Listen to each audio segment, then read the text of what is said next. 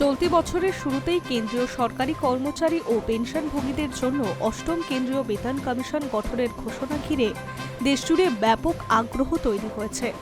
লক্ষ লক্ষ কর্মচারী ও অবসরপ্রাপ্ত দীর্ঘদিনের প্রত্যাশার এই নতুন বেতন কমিশনকে ঘিরে বর্তমানে কমিশন দেশের বিভিন্ন রাজ্যে ঘুরে কর্মচারী সংগঠন, পেনশনভোগী, সরকারি সংস্থা এবং সংশ্লিষ্ট প্রতিনিধিদের সঙ্গে আলোচনা চালিয়ে যাচ্ছে।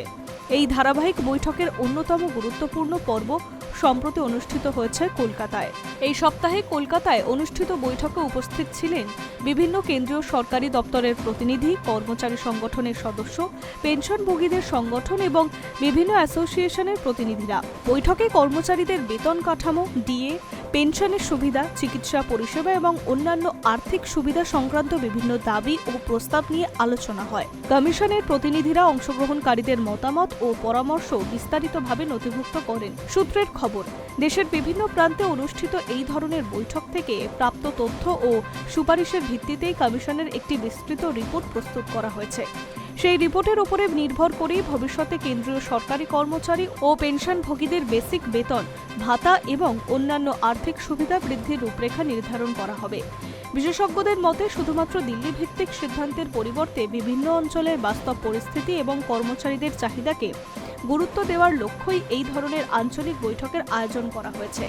অর্থনৈতিক বিশ্লেষকদের মতে অষ্টম বেতন কমিশনের ক্ষেত্রে সবচেয়ে গুরুত্বপূর্ণ বিষয় হতে চলেছে ফিটমেন্ট ফ্যাক্টর। এই ফ্যাক্টরের উপর নির্ভর করেই কর্মচারীদের মূল বেতন কতটা বৃদ্ধি পাবে তা নির্ধারিত হবে। সপ্তম বেতন কমিশনের সময় সরকার 2.57 ফিটমেন্ট ফ্যাক্টর প্রয়োগ করেছিল। এর ফলে কর্মচারীদের বেতনে উল্লেখযোগ্য বৃদ্ধি ঘটেছিল। তবে অষ্টম বেতন কমিশনের ক্ষেত্রে ফিটমেন্ট ফ্যাক্টর কত হবে সেই বিষয়ে এখনো পর্যন্ত কোনো সরকারি ঘোষণা করা হয়নি। বিভিন্ন কর্মচারী সংগঠনের দাবি, বর্তমানে মূল্যবৃদ্ধি, জীবনযাত্রার ব্যয় এবং অর্থনৈতিক পরিস্থিতির কথা বিবেচনা করে এবার ফিটমেন্ট ফ্যাক্টর আরও বাড়ানো উচিত। যদিও কমিশন এখনো পর্যন্ত এই বিষয়ে কোনো ইঙ্গিত দেয়নি, ফলে কর্মচারী মহলে জল্পনা অব্যাহত রয়েছে। সূত্রের খবর, অষ্টম বেতন কমিশন দেশের বিভিন্ন রাজ্য সরকারের পর পৃথক পৃথক রিপোর্ট তৈরি করতে পারে। পরবর্তীতে সেই সব রিপোর্টের ভিত্তিতে একটি চূড়ান্ত সুপারিশপত্রও তৈরি করে কেন্দ্রীয় সরকারের কাছে জমা দিতে হবে। সম্ভাবনা রয়েছে 2027 সালের মধ্যেই চূড়ান্ত রিপোর্ট সরকারকে দেওয়া হতে পারে। তবে কমিশনের পক্ষ থেকে এখনো নির্দিষ্ট সময়সীমা ঘোষণা করা হয়নি। বর্তমানে দেশের প্রায় 50.14 লক্ষ কেন্দ্রীয় সরকারি কর্মচারী, প্রায় 69 লক্ষ পেনশনভোগী অষ্টম বেতন কমিশনের সুপারিশের অপেক্ষায় রয়েছেন এবং তাদের আশা নতুন কমিশনের মাধ্যমে বেতন ও পেনশনের উল্লেখযোগ্য বৃদ্ধি হবে এবং আর্থিক স্বস্তি মিলবে।